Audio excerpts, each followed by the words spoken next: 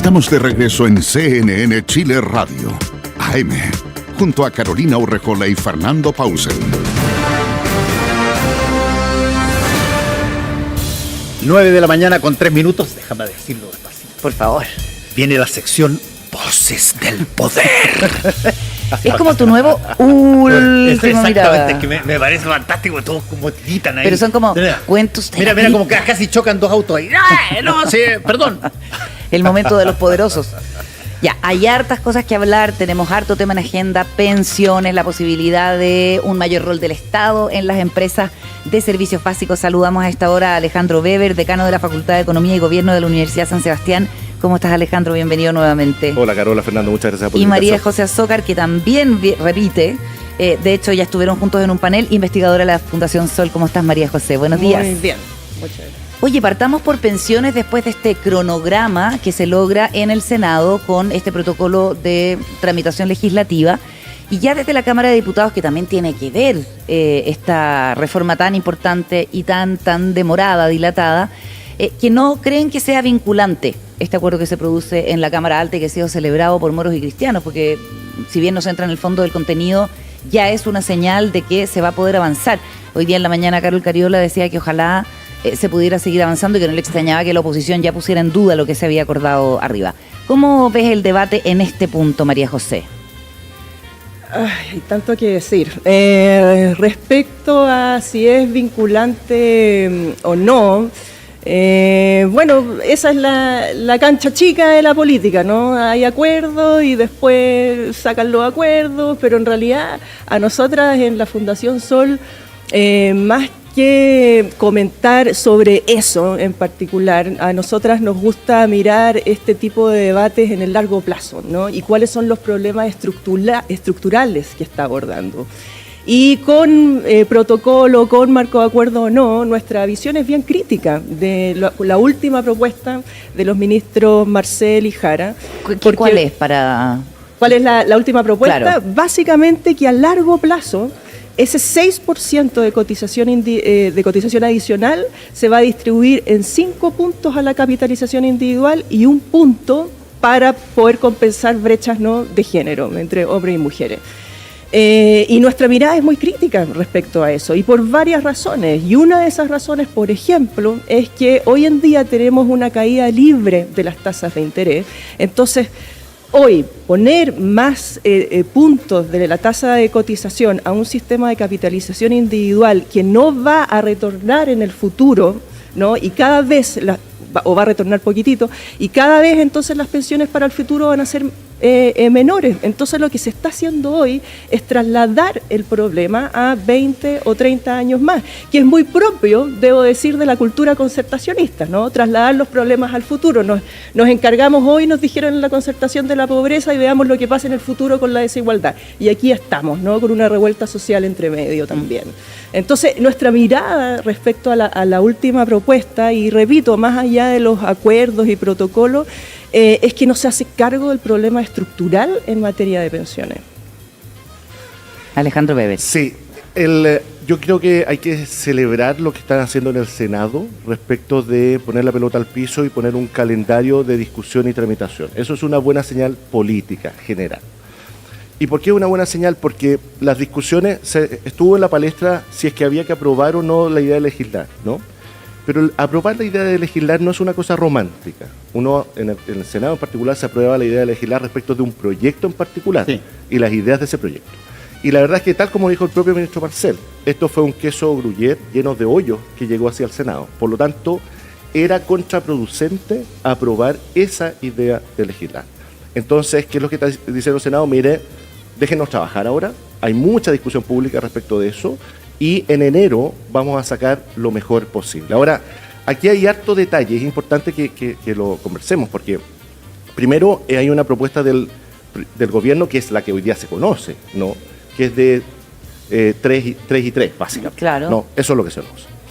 Más separación de la industria y un montón de otros elementos. Después tuvo el trabajo de los expertos. De la comisión de la comisión de expertos, que hicieron un muy buen trabajo. Yo estoy en desacuerdo con varias de las cosas que están ahí, pero hicieron un buen trabajo.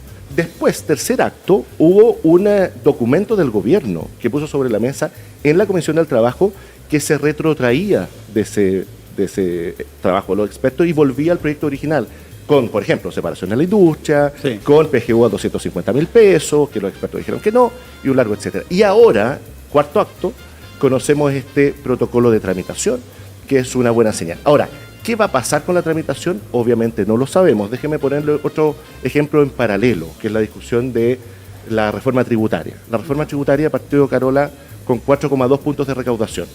¿En qué se transformó la reforma tributaria hoy día? En un proyecto pequeñito, Evasión y elusión. cumplimiento tributario, exactamente, evasión y ilusión, que va a recaudar en el mejor escenario 0,5%, es decir, del PIB. Es decir, un octavo de la presunción original del gobierno en su proyecto original. Por lo tanto, aquí hay harto paño que cortar todavía para ver qué va a pasar en enero, cuando se cumpla el plazo que el propio Senado se autoimpuso para avanzar en esta reforma previsional.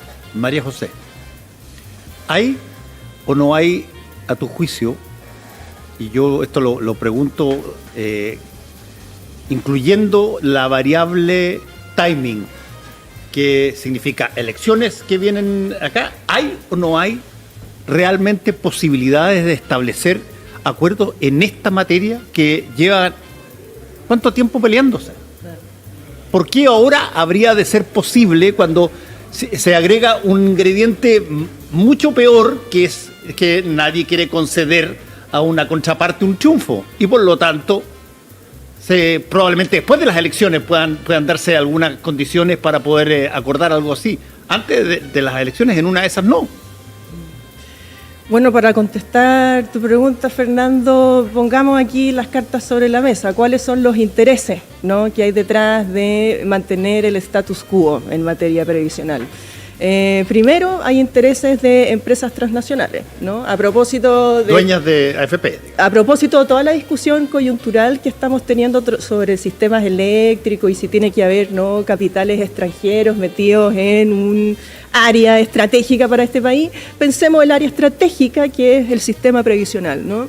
Y ahí los grandes ganadores del sistema previsional son compañías de seguros de vida internacionales. De las 7 AFPs que hay, 5 tienen dueños que son compañías de seguros internacionales, además de que las compañías están participando directamente en el mercado, ¿no? Eso como punto 1. Punto 2, bueno, lo que hace el sistema previsional es agarrar los ahorros de la clase trabajadora e invertirlos, ¿no?, en el mercado financiero para que eso sea flujo para las empresas. Bueno, hay intereses creados también de empresas locales, nacionales, que benefician a las familias más ricas de este país. Y quiero dar un ejemplo. Una de las empresas más beneficiadas con el sistema previsional es, por ejemplo, el Banco de Chile. El Banco de Chile, el dueño del Banco de Chile es la familia Luxich. Y yo le quiero pedir a las personas que nos están mirando en la casa o que nos están escuchando que agarren un papelito y anoten en ese papelito 25 más 12 ceros. Esa es la fortuna de la familia Luxich en estos momentos, de acuerdo, ¿no?, al ranking Forbes. 25 más 12 ceros. Esos son 25.000 billones de pesos, ¿no? Entonces, esa es la dimensión de la que estamos hablando respecto a la desigualdad de ingresos que existe en nuestro país. Entonces, ¿cuáles son los intereses creados? Tenemos familias más ricas en Chile, como la familia Luxich, que se está beneficiando de los ahorros de la clase trabajadora y que de paso se beneficia a costa del empobrecimiento de la clase trabajadora porque, como sabemos, las pensiones no alcanzan. Segundo, ¿no?, dimensión de intereses creados. Y en tercer lugar, estamos como estamos hoy, también porque nuestra democracia es bastante frágil. ¿Y qué quiero decir con esto? Cuando uno revisa la historia del debate previsional, con 2 comisiones de expertos, con una serie de autoridades que han tomado decisiones en materia previsional, uno se encuentra, por ejemplo, con figuras como Alejandro Ferreiro, ex superintendente de pensiones, que después estuvo sentadito en un directorio, ¿no?, de una compañía de seguros de vida con futuro. Y como Alejandro Ferreiro está, por ejemplo, José de Gregorio, ex presidente del Banco Central, sentadito, ¿no?, en Euroamérica. Y así una tiene una serie de ejemplos. Una tiene una... Pero También, sí, y esto a propósito quiero pasar el dato de que toda esta información es producto de una investigación que realizamos en Fundación Sol, que está en nuestra página web, que se puede descargar, y básicamente lo que hicimos fue crear una gran base de datos respecto a todas las personas que han pasado por los directorios de las AFP y compañías de seguros de vida. Bueno, entonces como estos dos ejemplos, ¿no? y otros más que tú diste, Fernando, tenemos este mecanismo de la puerta giratoria, como se dice en ciencia política, ¿no? Como se dice en la academia. En la calle se habla de corrupción, ¿no? Para referirnos al mismo fenómeno. Pero entonces, ¿por qué estamos como estamos? También porque se ha creado una red de intereses económicos, políticos, que han permitido, ¿no?, mantener el status quo en materia previsional. Y finalmente quiero agregar acá que también ha sido cómplice, lamentablemente, y esto a mí me duele porque me pasé años trabajando en la academia, también ha sido cómplice la academia en esto, porque por mucho tiempo se ha creado ciencia para poder responder a preguntas como cómo mejoramos la competencia entre las AFP, cómo mejoramos la inversión, y no se ha hecho investigación seria, por ejemplo, para evaluar la viabilidad de un sistema de reparto. Déjame darle la palabra a Alejandro Weber. Estamos con María José Zócar y Alejandro Weber hablando de pensiones. ¿Qué te parece eso último que plantea la María José? Sí, yendo a la pregunta original también de Fernando, porque es si aquí hay piso o no para poder avanzar, sí, y qué es lo que nos ha hecho para atrás. A ver, yo estoy en una causa personal hoy día ya casi. Es decir, ¿sabe qué? Está bien que discutamos y que pongamos sobre la mesa y digamos, mire, el pilar contributivo no se reformula hace mucho tiempo. Sí. Pero el sistema previsional en Chile sí se ha reformado, y se ha reformado de manera súper importante. Primero con el pilar solidario de la presidenta Bachelet, que era 0,7 puntos del PIB, de inyección de recursos de todos los chilenos a los actuales pensionados. Y luego la pensión garantizada universal en el gobierno del presidente Piñera, que triplicó el gasto del pilar solidario y que lo reemplazó. Hoy día más de 2,2 millones de adultos mayores beneficiados, 2,2 puntos del PIB, las pensiones subieron un 53% y las tasas de reemplazo mejoraron para los sectores más vulnerables y buena parte de la clase media. Donde tenemos la deuda pendiente, y lo ha dicho la propia comisión de expertos, clase media, el sector es un poquito más alto, y mujeres. Allí tenemos un problema profundo.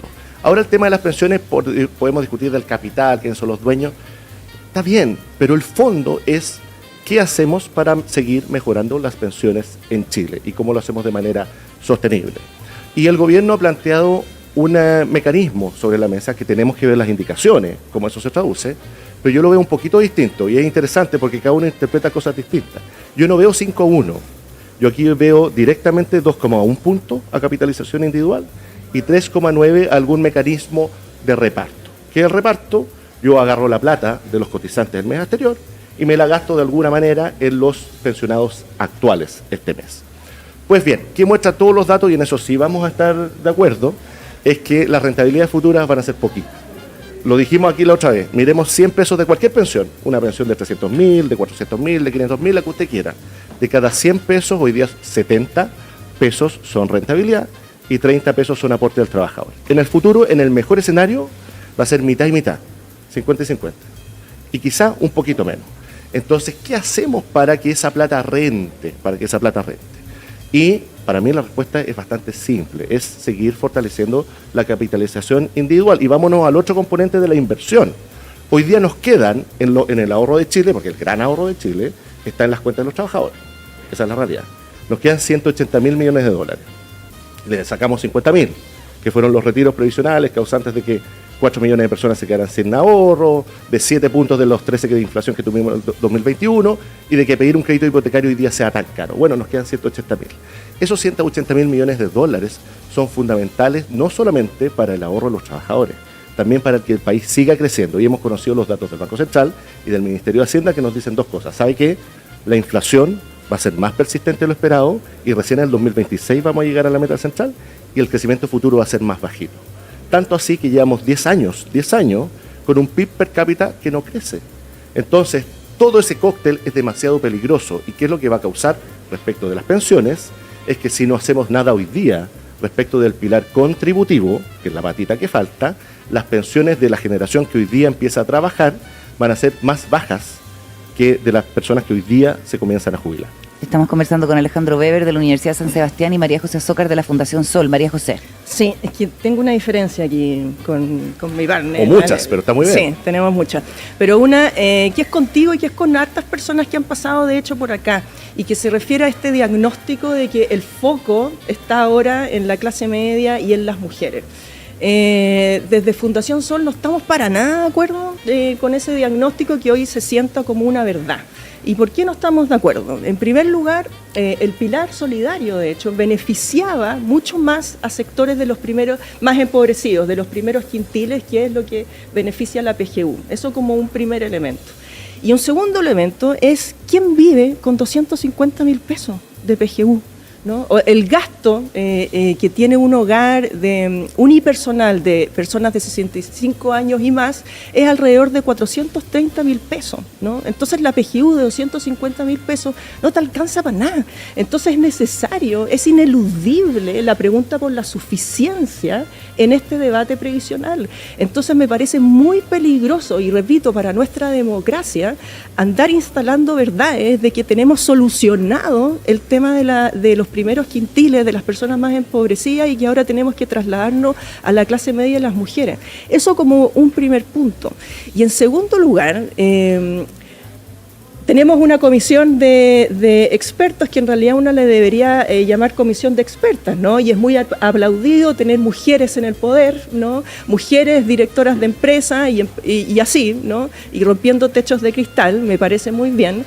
Tú dices en la mesa técnica que asesora al Senado. Exacto, ¿no? Que tenemos una mayoría de mujeres, que es algo novedoso en este debate previsional que ha estado históricamente dominado por hombres economistas con credenciales universitarias de universidades de Estados Unidos, digamos. Eso ha sido... Eso es un cambio. Eso es un cambio, pero el pero que quiero agregar, que es muy peligroso instrumentalizar las desigualdades de género hoy en día en materia previsional para decir entonces tenemos que trasladarnos de foco.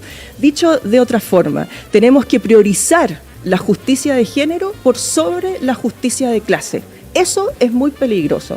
Y aquí basta, ¿no? Escuchar economistas, ¿no? De derecha principalmente, que generalmente usan ese tipo de argumentos. El feminismo, y aquí quiero ser muy clara, el feminismo no es capitalista, el feminismo no tiene apellidos, no puede priorizarse las desigualdades de género por sobre otras desigualdades, ¿no? Entonces aquí el foco tiene que estar en pero qué espérate, pasa hay con los algo que primeros no entiendo, quintiles María José, porque y con las mujeres. si hay cuestiones que son evidentes, como que son hechos, ¿cierto? Que las mujeres vivimos más y jubilamos antes. Sí. Evidentemente el resultado de eso va a ser, además por el rol de cuidado, peores pensiones, mujeres más Totalmente. pobres. De hecho, cuando se crea el pilar solidario de la presidenta Bachelet, 3 de cada 4 beneficiarias son mujeres. Y lo mismo pasa con la pensión garantizada universal, ¿cierto? Que en su mayoría son mujeres. Entonces, no hay que actuar también, uno pensaría, desde los criterios técnicos y políticos sobre esa realidad que es el rezago enorme de las mujeres. Absolutamente, Carola, pero a mí lo que me llama la atención es que eso sea ahora un consenso, la compensación, ¿no?, entre hombres y mujeres, y no sea un consenso lo que pasa en los primeros quintiles con las personas más empobrecidas. Eso como un primer dato. Y un segundo dato es que las mujeres no llegamos todas de la misma manera a los 60 años. Y aquí quiero dar un ejemplo bien concreto, lo que pasa con las mujeres trans en nuestro país. Las mujeres trans que se han dedicado al trabajo sexual y al comercio sexual, que tuvieron que vivir la dictadura, esas mujeres no tienen una expectativa de vida mayor a 40 años. O sea, ni siquiera les toca una pensión, ¿no? Y esos debates sobre esas otras mujeres no están puestos, pues, aquí en la discusión pública. Entonces estoy contigo, Carola, es necesario compensar las brechas de género, por las razones que tú diste, por el trabajo de cuidados no remunerados, etcétera. Pero a mí, a nosotras, desde Fundación Sol, no hay una alerta aquí, hay una sospecha de por qué eso es un consenso y no es un consenso que pasa con los primeros quintiles y que pasa con otras mujeres. Alejandro también. Weber y después la muy pausa. cortito sobre el punto. Cuando se creó la pensión garantizada universal, me tocó participar en el diseño. El criterio primero fue de suficiencia y se ancló a la línea de la pobreza que había en ese momento. ¿Y cuál era el principio? Que el 90% de los chilenos, excluyendo solamente al 10% mayor ingreso, ninguno viviera bajo la línea de la pobreza. Y sobre eso se incorpora la pensión autofinanciada del pilar contributivo. El problema de fondo es que las personas cotizamos poco y por poco tiempo. Entonces, cuando cotizamos 10% de nuestro sueldo por 20 años y queremos tener como pensión el 100% de nuestro salario de los últimos años, evidentemente que los números no cuadran. Entonces, uno puede tener sus propias opiniones y sus propias causas, eso está muy bien, pero las cifras son públicas, son conocidas y están ahí. Y el efecto real de la pensión garantizada universal, el incremento del 53% de las pensiones y de las tasas de reemplazo, que no lo inventamos nosotros, en la forma como en los sistemas previsionales se miden las pensiones, mejoró hasta en un 120% para los sectores más vulnerables, un 70% para la clase media y un 50% para los sectores de más ingresos, a tal punto que en el protocolo del gobierno, en el mismo protocolo, ponen como meta llegar a una pensión promedio del sistema del 75% como tasa de reemplazo, promedio que hoy día ya se cumple. La pregunta de fondo, y avancemos a lo que tú estás poniendo, que me parece interesante, es, bueno, ¿cómo mejoramos los sueldos en Chile? Entonces, cuando tenemos hoy día que las personas de más ingresos en la población, que son las que cotizan por un promedio de 1.100.000 pesos todos los meses, bueno, ese es el techo que podemos alcanzar para las pensiones futuras. Pero la pensión, el salario mediano en Chile es de 505.000 pesos. Entonces, por cierto que ahí la discusión de fondo es crecimiento económico. Es cómo generamos más ingresos, más productividad. ¿Para qué? Para que los sueldos sean mejores y para que el empleo sea mejor que el deteriorado 8,3% de desocupación que tenemos hoy día. Son las 9:24. Vamos a hacer una pausa. Al regreso vamos a hablar de la posibilidad de que la distribución eléctrica del Estado tenga un rol más significativo. Estamos con Alejandro Weber y María José Azócar. Nos Pausa y ya seguimos con más.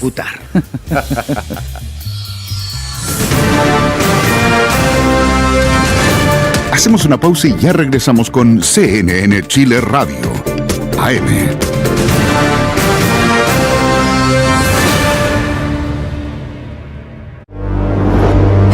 Este domingo, Tolerancia Cero, el programa de conversación y debate político más emblemático de la televisión chilena.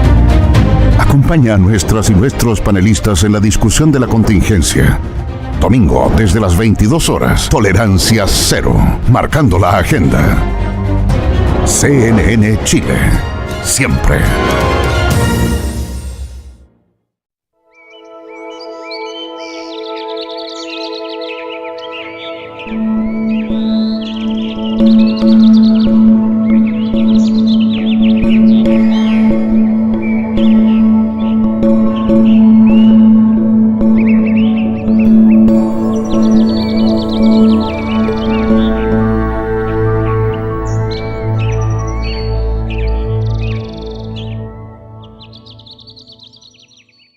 Para crecer hay que opinar.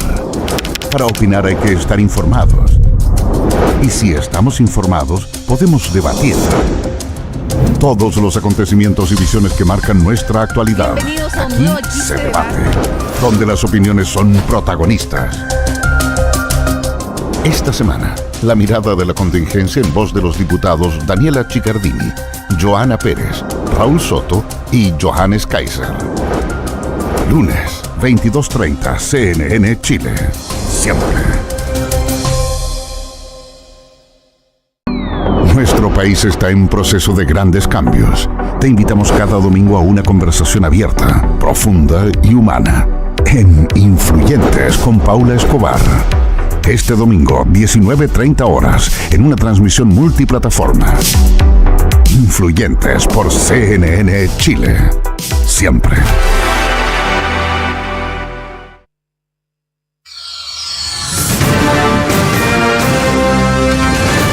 Estamos de regreso en CNN Chile Radio, AM, junto a Carolina Urrejola y Fernando Pausen. 9 de la mañana con 27 minutos. Seguimos en Voces del Poder con Alejandro Weber, decano de la Facultad de Economía y Gobierno de la Universidad San Sebastián, y María José Azócar, investigadora de la Fundación Sol. Participación del Estado en la distribución de energía eléctrica. Bueno, de hecho en el sistema que tenemos está el Estado chino y el Estado italiano gozando de regia salud, digamos, a pesar del mal servicio. Hay estados y que se ha estados. visto que han entregado. Hay estados y estados, Sí. pero de todas maneras vincularse con un Estado tiene un efecto geopolítico, ¿cierto? Y muy Sí. potente. ¿Cómo han visto esta discusión que ha abierto el propio gobierno después de la crisis de los cortes de luz? Alejandro Weber. A ver, nuestro sistema es un sistema que tiene una ley desde el año que data del año 1982, eso en términos generales, y con modificaciones para el sistema eléctrico general del 2017, aproximadamente. Pero las concesiones como las conocemos hoy día son del año 1982. Y nuestro sistema tiene 3 patitas. La generación, que hoy día cerca del 50% de la matriz es renovable, lo que es una muy buena señal. La transmisión, que se transmite en alto voltaje, a la tercera patita, que es la distribución. Y en la distribución estamos los clientes finales. Hoy día 19.000 clientes solamente en la región metropolitana siguen sin reposición de servicio. Creo que son como entre 8.000 y 9.000. Bajaron, ya, Sí. ayer eran 19.000. Te doy al tiro la cifra actualizada. Creo Sí. que a nivel país Ya. son casi 20.000. Ayer eran 19.000 en la región metropolitana. ¿Y qué es lo que está ocurriendo hoy día? A ver, partamos de un consenso, yo creo que es transversal, ¿no? Enel y otras compañías hoy día no han dado el ancho respecto de la reposición y de la calidad de servicio. Y eso 18.000 es, a nivel nacional, perdón Ya. Alejandro, y 8.752 en la región metropolitana. no ha dado el ancho y eso es ineludible. Y por lo tanto, lo que tienen que operar con la legislación vigente son todas las sanciones y compensaciones que correspondan. Eso es lo primero. Y respecto de la discusión de fondo, que es si tiene que participar o no el Estado, a mi juicio aquí tenemos que volver a una discusión que se postergó el año 2020. Ojo. Medidor inteligente. Y no solo eso, Carola. Me refiero al episodio. Después del episodio, lo que vino fue un proyecto de ley impulsado por el presidente sí, tienes razón, Piñera, porque eso fue antes. el ministro Juan Carlos Llobet y el subsecretario Francisco López, para poder, si tú quieres, separar la industria respecto de la distribución, y se llamó portabilidad eléctrica. ¿Qué es lo que hacía este proyecto? Que es algo interesante y que hoy día duerme en el Congreso. Ojo con eso, duerme en el Congreso. ¿Qué es lo que hacía? Decía, mire, es razonable que haya un monopolio natural en la infraestructura de distribución. ¿Por qué? Porque las barreras de entrada son muy altas, la inversión es muy larga y muy costosa, y el proceso es complejo. Pero no es sensato que haya un monopolio natural respecto de la comercialización y el servicio. Entonces lo que hacía ese proyecto es decir, ok, mantengamos el monopolio natural en la infraestructura, pero hagamos que haya competencia en la relación que tiene el usuario con distintos proveedores. Eso tiene muchas virtudes. Por un lado, la competencia sabemos que genera impacto en términos gruesos en menores precios y mayor calidad, pero además genera incentivos para que los clientes no estén solos si es que hay, por ejemplo, problemas de infraestructura, que es lo que estamos viviendo hoy día. Entonces serían las mismas empresas que comercializan, que compiten, quienes tendrían agencia o podrían pedir explicaciones, restituciones, en fin, a las empresas de distribución. Y yo estuve hoy día en la mañana escuchando a Carola Fernando, no me reten, pero en una radio amiga. Por favor. En una radio amiga, a la ministra de Obras Públicas. Y a la ministra de Obras Públicas se le preguntaba respecto de esto, la ministra López, si era razonable que el Estado participara, en fin. Y la ministra López fue enfática, y los invito a revisar esa entrevista. Y decía, mire, el Estado no tiene capacidad alguna de participar en la distribución, no tiene capacidad alguna. Lo que sí podemos hacer es, uno, mejorar la legislación, tanto respecto de la concesión como respecto de estas otras materias, y hacer que el Estado cumpla su función tal como la cumple en un sistema que ella misma denominó de clase mundial, que es el sistema sanitario en nuestro país. Por lo tanto, tenemos experiencia en otros sistemas regulados, donde el Estado hace la pega bien respecto de regular, fiscalizar y hacer cumplir la ley, y el privado, bueno, tendrá que cumplir su parte de la pega respecto de la tarea que le encomienda esa ley en particular. Pero la solución definitivamente no es estatizar. María José Zócar. Sí, a mí me gustaría como tomar un paso atrás para reflexionar sobre lo que ha implicado este hecho, ¿no?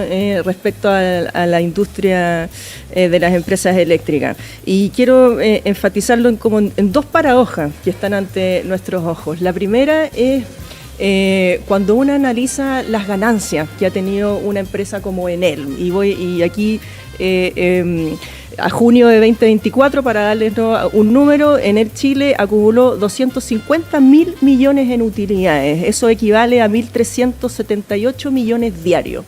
Entonces, cuando uno visualiza estos números, y por otra parte una tiene que un poquito más de la mitad de la clase trabajadora en Chile recibe ingresos menores a 500.000 pesos, cuando una recibe además noticias como las que escuchábamos antes a propósito de la inflación, una se da cuenta de la profunda desigualdad que existe en nuestro país, ¿no? Por una parte, empresas con millonarias ganancias, 1.378 millones diarios, y por otra parte, una clase trabajadora que a duras penas llega a fin de mes y que se ve de hecho obligada a endeudarse.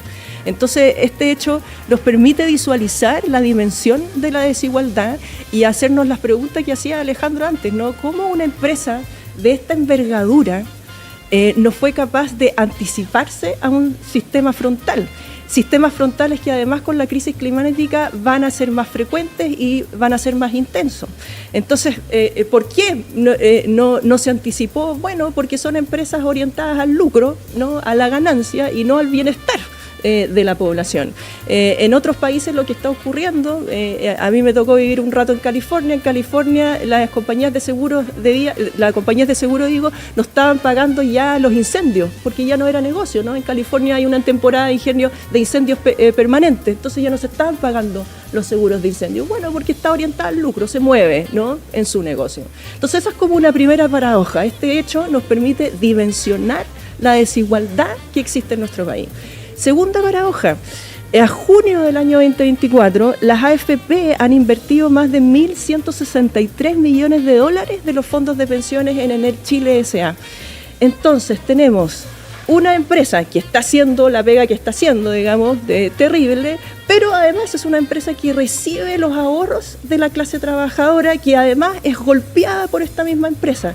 ¿Dónde está, y a propósito de la discusión de pensiones de que hablábamos antes, dónde está la discusión sobre el poder de decisión que tenemos las personas que cotizamos respecto a dónde se invierten nuestros ahorros? Esa discusión no está, pues. Y lo que tenemos en cambio son empresas de este tipo y otras que, por ejemplo, profundizan en la crisis climática con sus negocios, por ejemplo, que tienen prácticas antisindicales, es decir, empresas que terminan golpeando a la misma clase trabajadora. Entonces, claro, la discusión sobre qué hacemos con esto, empresas eléctricas, yo también la tendría con otras empresas también, ¿no? Que finalmente usan los ahorros de la clase trabajadora para golpear a esa misma clase trabajadora. Cómete esa mandarina, como decían, ¿no? Ahora, mira, yo creo que uno siempre puede discutir y llevar esto a la desigualdad y el capital, y eso está bien, es legítimo, cada uno tiene sus causas, pero acá el problema respecto del sistema es, uno, cómo arreglamos la contingencia, dos, cómo nos enfrentamos frente a futuras crisis, y tres, cómo articulamos el sistema en el largo plazo. Respecto de la segunda discusión, que a mí me parece más interesante, es que definitivamente hoy día tenemos un problema de regulación. Y lamentablemente estas crisis gatillan cambios regulatorios. Y eso ha sido siempre así. Nunca hemos tenido un cambio regulatorio cuando nos enfrentamos una crisis. Y por lo tanto yo invito a los legisladores a que revisen y vuelvan a revisar ese proyecto de ley que está en el baúl de los recuerdos y que está en el Congreso desde el año 2020. ¿Y qué es lo que hace ese proyecto de ley? Lo decíamos muy en simple, pero es que dice, ¿sabe qué? Generemos competencia en un sistema que hoy día no tiene competencia respecto de la comercialización y mantengamos un monopolio natural eficiente en la distribución, como también ocurre en otros monopolios naturales, en otros servicios básicos.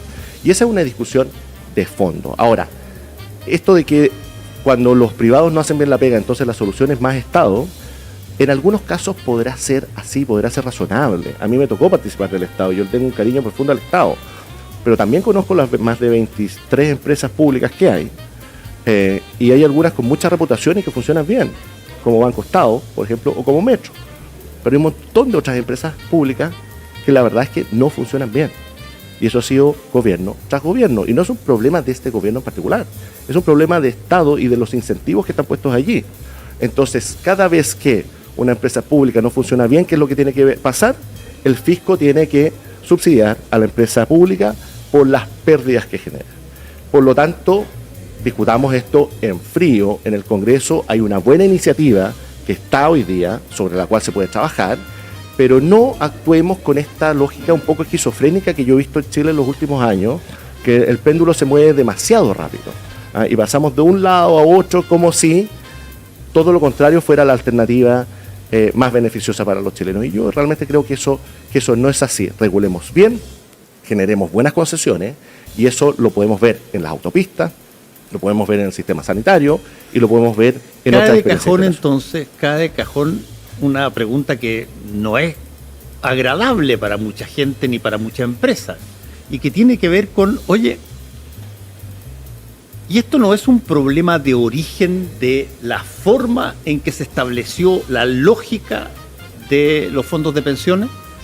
¿No correspondería mirar, hacer un escaneo a los países con los cuales nosotros nos consideramos relativamente cercanos y mirar si es que hay sistemas alternativos de pensiones que sean más idóneos para lo que uno efectivamente quiere? Pero cada vez que uno pone en la discusión sobre si es que el sistema de capitalismo individual es o no debiera ser revisado, pero te llegan los charchazos antes siquiera de que termine la frase. Y eso, yo creo que desde el punto de vista racional debiéramos evaluar todas las opciones disponibles, no solamente decir cómo se parcha una cosa que está fallando. Sí, ahí me gustaría acotar dos cuestiones. Uno es un punto analítico, Alejandro. Cuando yo hablo de la desigualdad, no es por un tema de una causa individual, ¿no? Como que ese tipo de etiquetas terminan, no sé, infantilizando la discusión o simplificando la discusión. Yo lo que estamos tratando de hacer acá desde Fundación Sol, desde la coordinadora No Más FP y de tantas otras organizaciones, es hablar de justicia, ¿no? ¿Cuáles son los criterios de justicia social de los cuales queremos tener un debate democrático? Estas no son cuestiones como de causas personales o caprichos personales, ¿no? Aquí estamos tratando de tener un debate público sobre qué es lo que consideramos justo en nuestra sociedad. Y por eso es que hablo de la desigualdad y cito a la familia más rica de este país, porque imaginemos por un rato, ¿no? Cerremos los ojos e imaginemos por un rato que la familia más rica de este país, de 25 y 12 ceros, aporte, por ejemplo, a un fondo común para mejorar, ¿no? la PGU o para mejorar las pensiones de todas nosotras. Imaginemos por un rato que esa familia puede hacer eso, ¿no? Ese es el debate que queremos poner aquí en el espacio público. Eso por una parte. Y por otra parte, a propósito de tu intervención, Fernando, sobre imaginarnos o revisar qué es lo que pasa en otros países, esa es la deuda de la que yo hablaba al principio respecto a la academia o respecto, ¿no?, a quienes están encargados de generar conocimiento en nuestro país. Por muchos años hubo un silencio en materia previsional. No se hizo investigación, no se hizo ciencia, por ejemplo, para evaluar otros sistemas alternativos. Y se hizo ciencia básicamente para evaluar si el sistema tiene o no más competencia o cómo mejoramos la política de inversiones. Y de hecho, en la superintendencia de pensiones es donde por muchos años se tuvo el departamento de estudios más importante en nuestro país, generando ciencia y conocimiento, pero siempre respondiendo a una pregunta política concreta, y era cómo mantener el status quo. El ejemplo que yo siempre doy en esto es el siguiente. Por muchos años se generó ciencia para poder comprobar la hipótesis de que las mujeres éramos menos inteligentes que los hombres. Se estudió hasta el pelo de las mujeres para comprobar esa hipótesis. ¿Qué nos da este ejemplo? Nos dice que la ciencia siempre está orientada por preguntas políticas, por preguntas normativas, y se crea conocimiento para eso. Por muchos años, por décadas, en nuestro país se generó ciencia para contestar la pregunta cómo poder mantener este sistema de capitalización individual y que no nos haga aguas. Y no se ha hecho otra pregunta, ¿no?, respecto, bueno, cómo tener un sistema más solidario, cómo es viable un sistema de reparto. Y ahí, bueno, desde Fundación Sol, desde la coordinadora No Más AFP, una pinche Fundación Sol, digamos, con los pocos recursos que tenemos, logramos generar conocimiento para poder contestar esas otras preguntas normativas. Lo último, porque se nos acabó el tiempo, Alejandro. Sí, por honestidad intelectual lo que tenemos que hacer siempre es revisar la experiencia internacional, la evidencia comparada. Y nuestro sistema es un sistema que ha sido reconocido, valorado y es observado a nivel internacional. Tanto así que, por ejemplo, países como Holanda han revisado nuestra experiencia y han generado perfeccionamientos a su propio sistema, mirando lo que hoy día ocurre en Chile. El sistema chileno es un sistema complejo, que no solamente tiene una patita, tiene tres grandes pilares. Uno, el aporte del Estado, que es la pensión garantizada universal, donde hay mucha solidaridad. Hay mucha solidaridad. 2,2 puntos del PIB es mucha plata y son muchos recursos que van a los sectores más vulnerables expresamente. La segunda patita es el pilar contributivo del 10% y donde tenemos que avanzar. Si nos quedamos igual, vamos a tener peores pensiones en el futuro, pero tenemos que hacerlo con responsabilidad, porque todos los puntos que aumentamos en cotización van a afectar el mercado del trabajo, que hoy día ya está muy deteriorado. Y la tercera patita es la contribución voluntaria. Y esa contribución voluntaria hoy día es muy marginal. Por lo tanto, tenemos que avanzar con evidencia sobre la mesa y mirando el largo plazo, porque si no, nos vamos a quedar en la discusión política coyuntural y eso no nos permite generar mejores pensiones en Chile. Muchísimas gracias, Alejandro Weber, a María José Zócar, por venir a conversar con nosotros. Hasta la próxima. Un fuerte abrazo, esté muy bien. Muchas gracias. Buenos días. 9:43. Pausa y ya seguimos con más.